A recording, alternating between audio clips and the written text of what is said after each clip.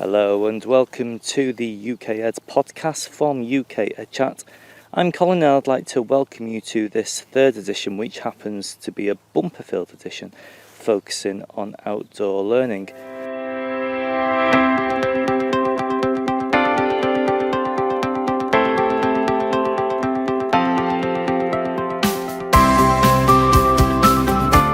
Coming up in this episode, we hear from an outdoor learning specialist, Juliet Robertson, who shares ideas and tips on getting your students learning outdoors. We also hear reflections from a couple of teachers in Thailand on the value of outdoor learning that they've seen in their students, and we've got some great news coming up about our Patreon page. Before we get going, I just need to mention that this episode is being supported by Outdoor Classroom Day, which takes place within the UK on May the 18th, 2017. More information coming up on 2017. More information coming up, and there are more details in the episode show notes. All that coming up. So yes, the focus in this episode is on outdoor learning. So it only seems appropriate for me to leave the confines of the UKEdChat offices and get some perspectives and ideas from experts who use the outdoor environment on a daily basis. I popped to a couple of sites within the northwest of England, starting off at the RSPB's Ribble Discovery Centre in Lytham St Anne's. The RSPB is the Royal Society for the Protection of Birds. I sat down with Regional Learning Officer Claire Critchley, and I started by asking her about the types of activities that the RSPB can offer teachers and students.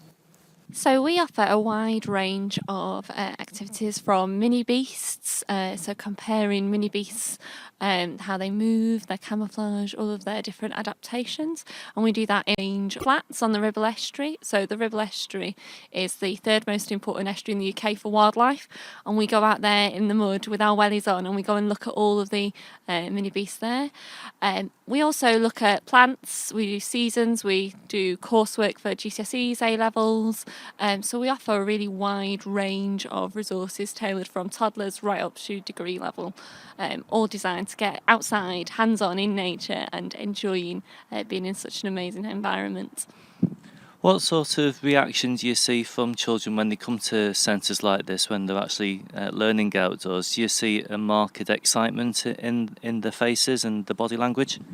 Absolutely. I mean, when they get off the coach, there's this excitement that they've been on a school trip, they've arrived, and then when they get out here, it's just incredible to see the difference in them. Quite often we'll get teachers by the end of the trip that'll say, God, that child's normally an absolute tearaway, but here they've behaved impeccably because they're outside, they're doing something completely different to what a lot of the time they're spent doing in the classroom, and they're just enjoying it. They're hands-on, it's brilliant for all types of learners, and they're outside doing something different and just having great fun. What sort of curriculum areas do teachers make the most of whilst they're here? For example, do you assume science and languages opportunities are here? What sort of examples can you think of which teachers and children make the most of when they're here? So all our programmes are tailored to the national curriculum to tie in particular with the geography and science national curriculums, but when you're outside, it develops a whole range of skills. So if we're doing the mini beasts session, so obviously that links with grouping, classifying, but also dead and alive. And then with that comes all the numeracy skills. So how many of these creatures have got this sort of legs. And so we go the numbers, but also talking about stuff. So describe how that mini beast moves. So we're talking about expressive arts, so doing the English, but also a little bit of drama sometimes with the smaller children. So it really links it into the whole area, the whole curriculum, but obviously we try and focus on those science and geography key skills and any other requests. I can definitely see the opportunities for primary and early years settings. Is there opportunities for secondary schools or students who are older when it comes to outdoor learning at centres like this? Absolutely. I mean, the main benefit of being outside for the older key stages is here we've got the perfect grounds to do your coursework. So we've got an amazing set of sand dunes that show a great trend of succession, but there's also a little anomaly in there, and we get the children and the students to work out why we've got that anomaly. We can compare and contrast habitats in a very easy way in a short time period. So we've got the amazing mud flats, and then less than a mile away we've got the sand dunes, we've got a bit of woodland, so all within the space of this site. So you can compare, you can do 2 or 3 pieces of coursework data collection within one day, and the RSPB officers are trained to deal with helping you collate the right bits of information for those courses, with also all the kit, so you don't have to worry as a teacher as to what kit you need to bring, because your RSPB site's got all of that equipment for you and can talk you through the process and tailor it to that coursework that you want your students to attain. Tell me a bit more about the mud flap activities, and that sounds a bit messy. Oh, we love the mud flats. It's one of our most popular programs, and it's one of the only places you can do it in the UK. So everyone gets their wellies on. We head out onto the beach, and then as we're walking along the beach, we'll obviously find lots of shells. And when they're on the beach, they're all dead. But then as we get into the mud flats, we show them that actually shells are living creatures, and we show them how shells live and all their adaptations. We've got worms that have got 4 eyes and breathe through their legs. We've got creatures that are as tiny as a pinprick that we show them, and then we race them. We race the shells on the mud to show that actually underneath all of this gloopy, icky mud, which is always a bonus for any child, there is actually an amazing wealth of creatures that are there and that we need to help look after and support. So it's a brilliant day out, and it's great fun for not just the children but also the adults too. So finally, Claire, just tell me a little bit more about the RSPB's Wild Challenge now. So the Wild Challenge is a new activity we've brought out. So it's completely free. It's an online resource. So on the RSPB website, there's a whole section on it. And basically, what we want schools to do is to do 3 activities that help nature and 3 activities to get your students experience in nature. For every 3 of those you do, you get an award. So bronze award is 3 help, 3 save natures, and then to do silver, it's a further 3 of each. And then there's the top level, which is gold. It's really easy to do. It's designed with teachers in mind. We know what you guys have got with stress and time pressures. So online, there's a number of options suitable for a whole range of school grounds and budgets. It's a free resource, so all you have to do is upload your evidence. You pick from the list. There's step-by-step instructions for all the activities. There's all sorts of resources out there, and we're here to help guide you with that. You upload your evidence. It's normally a photo. If you come to one of our reserves, that counts, or if you get some of the Aldi outreach guys to come into your school, then that counts as well. And then you just upload the pictures of your postcards, type in the name you want on the certificate. You can do it individual names, or you can do it as your class or your special eco club, and then we send you the certificates. And when you do your silver, you even get a banner and a voucher just to say how amazing your school is and what you're doing. It also counts for the Children's University Passport, as well as the eco schools. If you're doing your biodiversity module, it all counts for that as well. It's designed to be an integrated, accessible resource, free for all teachers to do at their own pace, but in a really fun and easy way. Claire Critchley from the RSPB's reserve on the Ribble Estuary in England there, and you can find out more information about the Wild Challenge by following the links in the show notes accompanying this episode. I was having too much fun being outside, so popped along the M6 motorway just outside of the city of Preston in Lancashire to the Wildlife Trust for Lancashire, Manchester and North Merseyside site at Brockholes. There, I was joined by Catherine Phillips, who is one of the learning officers at the site, and I asked her what benefits she sees with children learning outdoors at Brockholes. Well, a lot of school visits that we have here, the children don't normally have access to this kind of environment here. Brockholes is a nature reserve, it's quite a large nature reserve, and a lot of children have never been anywhere like this before. So really it's their first experience of the great outdoors. It's a bit of a wow factor for them, and hopefully something that they'll be able to take away with them afterwards and remember in years to come. A lot of them don't get outdoors a lot, so it's the first time that they've seen different habitats such as woodlands, lakes, rivers, meadows, so really it is a new experience for them, and hopefully something that excites them. and take it away with them. What sort of activities do you offer here then?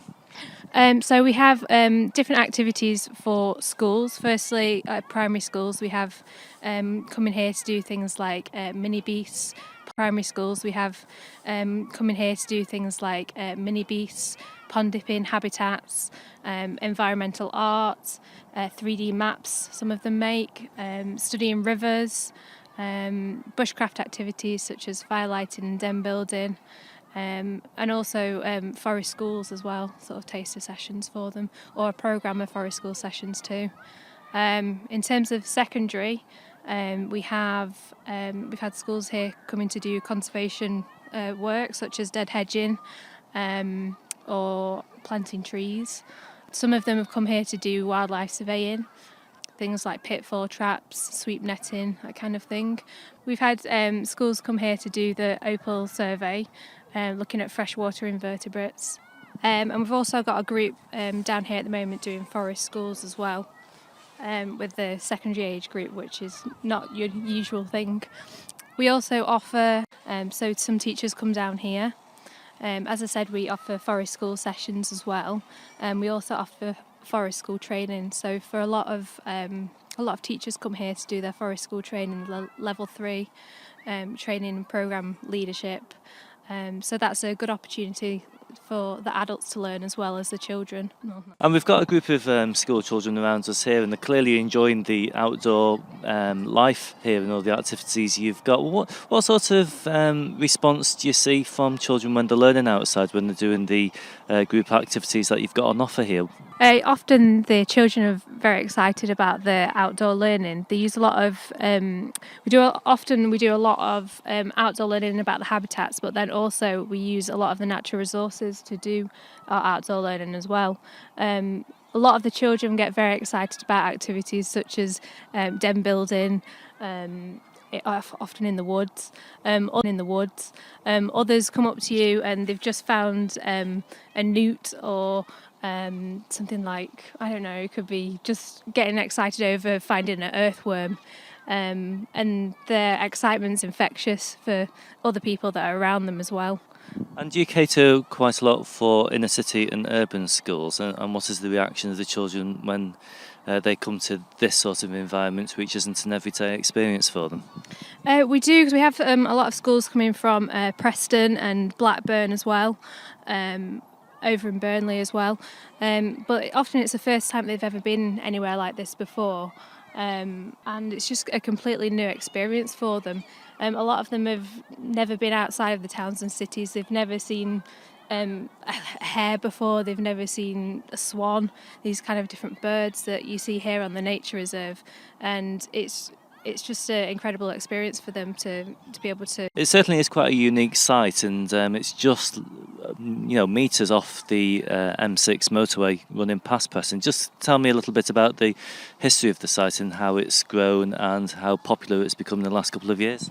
So the site, previous to the Wildlife Trust owning it, used to be a quarry site, a gravel quarry. And I think in 2006 the Wildlife Trust managed to raise some money to buy the site, and they were supported by the North West Regional Development Agency.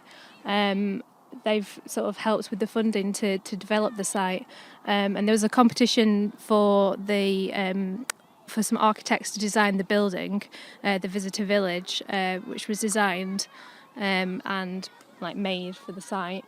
And then it opened in 2011 after a lot of work had been done planting trees, making pathways, sowing seeds for meadows, planting reed beds, by a lot of our amazing volunteers that we have here. And yeah, it's kind of developed from that. We're still working to sort of develop the site. Our team itself has been sort of developing new footpaths and pond dipping areas around the site. So hopefully people will see a change in the reserve since it's opened, and we'll continue to do that over the next 10-15 years. So it all sounds fantastic service you've got and facilities here as the full-time whistle goes over there. If schools, secondary schools, primary schools are interested in coming here to do a bit more outdoor learning, how can they get in touch with you? You can log on to our website, which is brockles.org, or lanksterbeauty.org.uk. They do offer forest school training for teachers at Brockles, offering great ideas and professional development opportunities, so go and check them out. Join me in a moment when I'll be catching up with Juliet Robertson from the Creative Star, who is renowned across the globe as being an expert on outdoor learning. Hey teachers, classrooms are important, but sometimes you need to think outside the walls to get the best for your children. Outdoors, children learn faster, they play harder, they develop quicker, and they grow up happier and healthier. That's why thousands of teachers around the world are getting outdoors on the 18th of May for Outdoor Classroom Day. Will you dare to play and learn outdoors? Go to outdoorclassroomday.org.uk and register your class or whole school today.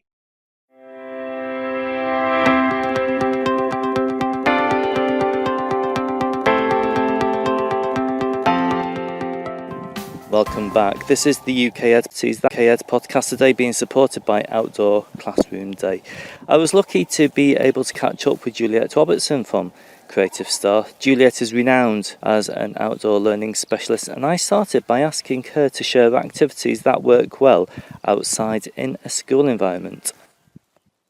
I think there's lots there. What I tend to do is advocate a series of open-ended approaches that then can be tailored to any curriculum, any space, any age group, so that you can do anything outside with the skills you've got as a teacher. So if you think you're the average teacher is sitting in the classroom and they decide for whatever reason, whether it's planned or spontaneous, that now's the time to go outside. So every moment is a learning moment. So one of the things I always encourage teachers to do is to think about what can they do en route outside to bridge that gap between the indoors and outdoors. So a lovely activity is to find a partner and you take 10 steps and you stop and point at an object that you see. And when you get outside and you're in a gathering circle, you can talk about what you have seen. If you replace that word object with the word noun, suddenly you've got a grammar lesson happening. If you decide to focus on the numbers, and it might be that you're looking at multiples of, you're practicing your 2 times table, so you'll be counting in twos as you go out, then you've twisted it and it's become a mathematical thing. It might be a focus on particular materials you see when you go outside, so then it becomes a science focus. So that's what I'm interested in, just open-ended approaches like that. When you get outside, every teacher has a raft of circle activities that involve children working as a whole class in a circle. So I often use that as the beginnings for many things, because it's such a straightforward thing to do. Run and touch items in the local environment works really well as well. And that's very good for defining boundaries, your working boundaries, and how far you're allowed to go and where's appropriate and things like that. Often people worry about what's appropriate to pick up and what isn't. So I do a lot on what I call find something interesting activities, where you find something interesting in your environment that's not too big and you bring it back to the circle, and we'll look at that as a context for learning. And lastly, I encourage people to encourage children to work more independently, and you begin that process literally by being in a circle. Everyone turns round, faces outwards, takes 10 steps, and suddenly you've got the group working at an individual level and they're all far enough apart from each other. So you can do things like that using your own experience as a teacher and your own skills to create fantastic outdoor lessons, even if you don't feel confident about the outdoors. Some of those ideas are brilliant, and I can see that there's a real close element to experiential learning there. What other sort of theoretical frameworks work well in school, and are there any theories which encourage outdoor learning positively? Yes, there are a lot of, there's now, I would argue, there's overwhelming evidence being outside being a better environment for certainly a good proportion of children, particularly those who are very practical or who like physical activity. In terms of theoretical evidence as well, there's very little. If you're looking for research that says, is outdoor maths better than indoor maths, that you will not find, because there's simply too many variables to control to make the research suitably robust. People can isolate tiny little snippets. So, for example, research has been done on vocabulary that children pick up. So, for example, if you asked children, you sat them down inside and said, right, list me in the next 10 minutes as many words as you can to describe a leaf, then children will list them. And you could repeat that activity with another group where they're outside, where they might have looked at leaves and done a few activities around leaves. And then you give them that activity, and you will find that the richness of the vocabulary is significantly more. But I think those are quite artificially constructed situations. However, saying that, the health benefits are always a value added emphasis. So from green space literature reviews, we do know that overwhelmingly, whether you're in an urban or, well, mainly a green space, a natural place, but these tend to result in people being more physically active and less stressed, and therefore people tend to concentrate better. So often there is that secondary knock-on effect into the classroom or children's achievements. Francis Kuo, who is a professor from Chicago, the University of Illinois, is currently heading up a huge piece of research looking at the amount of greenery in school grounds and whether there is a direct link to the amount of greenery in school grounds and the academic achievement within schools. And when that is published, I think that could be very interesting in terms of how people view and value the school grounds and outdoor spaces around schools. Do you think it's too much of a generalisation to say that boys prefer outdoor learning more than girls? Yes. Next question then. I will be honest, I've never done gender type of research or work like that. And I just tend to find that I would actually argue that gender differences are less obvious outside after a while, initially, but after a while. And the reason I say that is if you pick up a stick, the ability to find and use a stick does not depend upon your social economic background or your gender. It's a stick. It's not pink coloured, it's not blue coloured, it's a stick. So therefore, we do tend to find that there is better working between groups and genders outside as a general rule. But do you know what I mean? I'm reluctant to make gender statements in the context of the outdoors. What do you think about the challenges many colleagues face who are situated in schools that are in urban or inner city areas, and there are concerns about pollution around the school environment there? What sort of activities or learning outdoors can be done in those situations? What can teachers do when they're in such a difficult, polluted area? I think with pollution levels, these vary. So in other words, just because you live in an urban area, you shouldn't stop pollution from stopping good education from happening. So if you perceive that to be an issue, then find out, well, how can you measure when is it a good day to be outside and or not in terms of the weather? Because that will, a bit like if you've got the pollen index, there are pollution indexes you can look at, so that really shouldn't be something that should stop people. And interestingly enough, I was in Hong Kong in October with Independent Thinking Limited, and that was really interesting because there air pollution is a huge issue, but not once did any of the schools raise that as a reason not to go outside.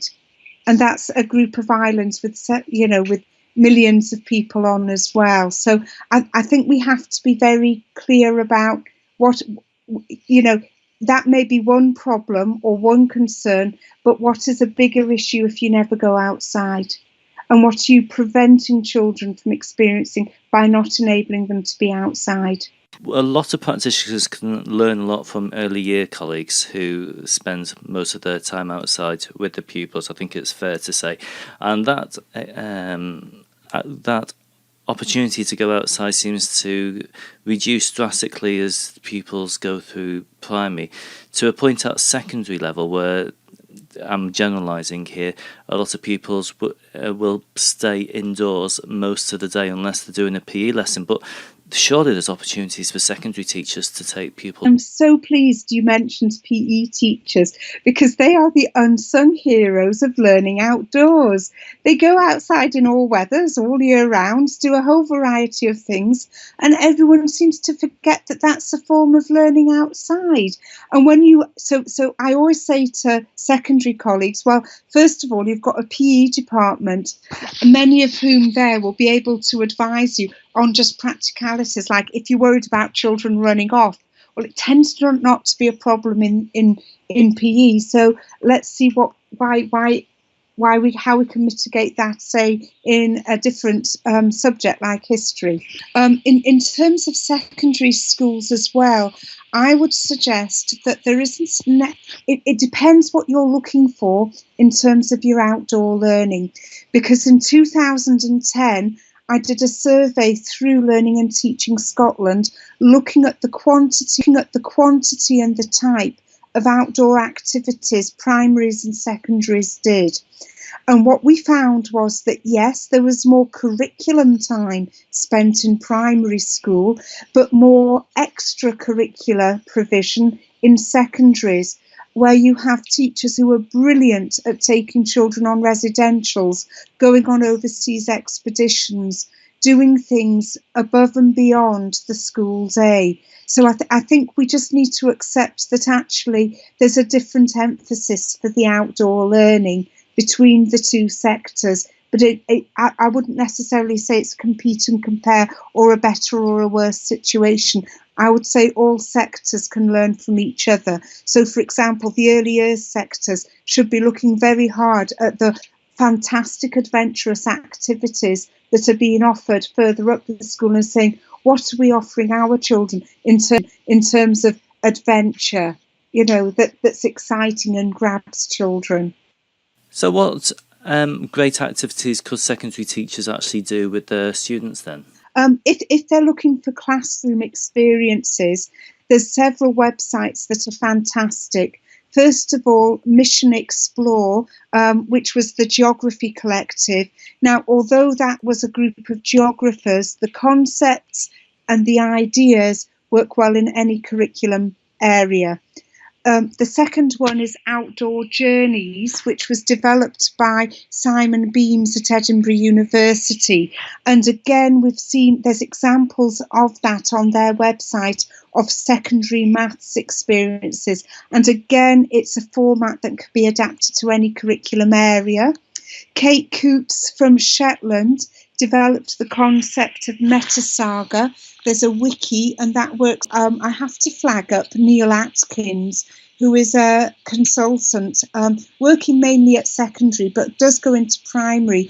And he's got a lovely video called The Science of Surfing. And he is very simple. He simply says, take activities that engage students and then add the curriculum into this. And when you think of it like that, then it becomes a bit of a no-brainer and much more possible in terms of what secondary teachers can achieve within the confines and the pressures that they work under. That was Juliet Robertson from Creative Start, and the web links she shared at the end there are in the show notes accompanying this episode. Now, the experiences we all had of the great outdoors as youngsters can play a huge impact on our lives and how much we respect and appreciate phenomena of the natural world. Teacher and author Richard Rogers and his Ukrainian colleague Alex, both teaching in Thailand, now share how important they think outdoor learning is and how teachers should provide opportunities to their students away from the confines of the walled classroom. Growing up in the town of Flint in North Wales, I was a very lucky young boy because I had the pleasure of living in a beautiful countryside environment. I would often run through streams, jump in puddles, climb trees, fight with sticks with my brother and my friends. I would dig big holes in the garden and bury toy soldiers. I would swim in the River Dee. I'd often go to the beach at Talacra or at Rhyl. I had a very happy and enjoyable childhood because of the countryside and the environment I was living in. It really hit home to me just how lucky I was to have this childhood when I was teaching Year 7 science about 1 year ago in Bangkok, Thailand. This was their first time to light a Bunsen burner. When it came their turn to light their own Bunsen burners after I'd shown them how to do it, many of the students were really frightened and kind of jumped back when the flame shot out of the Bunsen burner. Some of them were really scared, and it kind of perplexed and confused me because when I lit my first Bunsen burner when I was 11 years old, it was really exciting to me, and I wasn't afraid of the flame at all.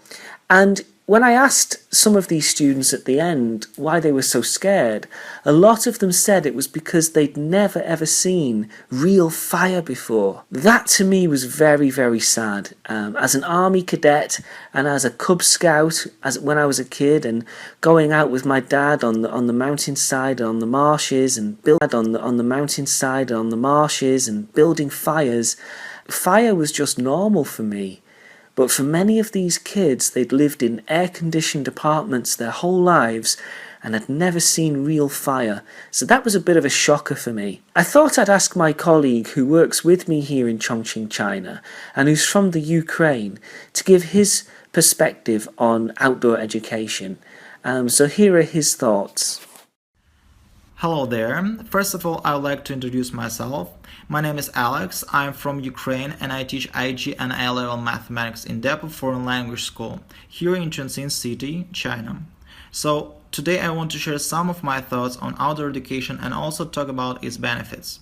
I should say that I have some experience working with kids in China. I taught mathematics for 5-6 years old, and I tutored students from 8 to 15 years old in Kazakhstan as well. And according to my experience as an educator, I can definitely say that outdoor education has many benefits. When it comes to kids, I should say that making math relevant is an incredibly important component of math education. If kids don't see how and why it's necessary, they will not be as motivated to learn and succeed.